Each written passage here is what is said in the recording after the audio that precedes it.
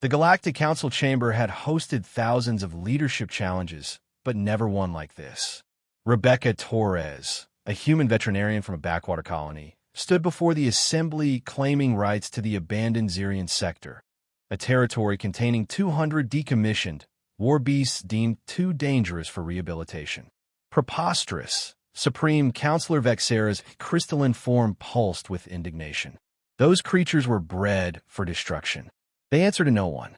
The sector was abandoned specifically because they couldn't be controlled. I'm not asking to control them, Rebecca said calmly. I'm informing you they've chosen me as their representative. The chamber erupted in laughter across 17 different species' vocal ranges.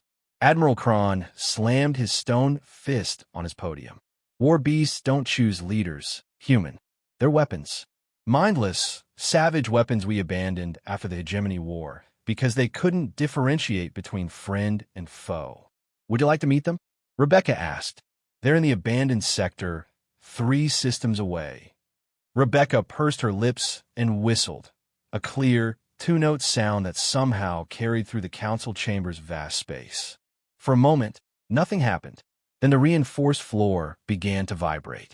Security alert, someone screamed. Mass teleportation signature detected.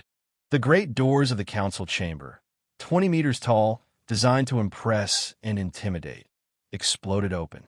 Not destroyed, just open with prejudice. Through them came the impossible. 200 war beasts, creatures from different worlds and different nightmares, entered in perfect formation. Shadow Moravagers, their 6 eyes glowing. Void Stalkers, phasing between dimensions. Plasma Drakes, internal fires dimmed to respectful levels. Crystal Raptors, their bodies chiming in harmonious rhythm. Graviton Bears, warping space around them. They moved in synchronized units, not the chaotic swarm they'd been in war, but organized ranks. Military precision guided by something beyond training. They formed perfect battle lines behind Rebecca, each row a different species, each maintaining exact spacing. The front row sat.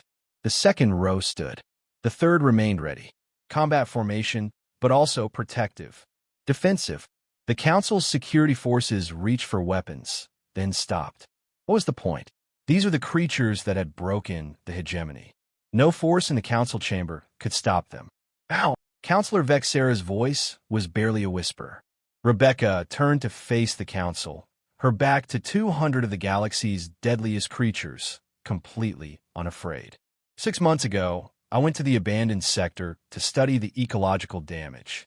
I found them dying, not from wounds, but from abandonment. War beasts aren't weapons. They're social creatures forcibly isolated, trained through pain, used and discarded. She gestured to the assembled beasts. I didn't train them. I just stayed, treated their injuries, shared my food, sang old Earth songs when they had nightmares about battles they never chose to fight, showed them they could be more than what the galaxy made them. A shadow Moravager, scarred from countless battles, padded forward and gently placed its massive head under Rebecca's hand. They formed their own command structure, Rebecca continued, absently scratching behind the creature's ears.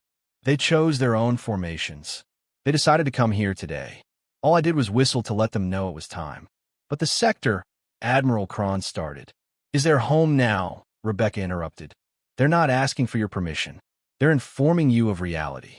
The war beasts claim the Xerian sector, and they've chosen me as their voice in the... Rebecca didn't answer.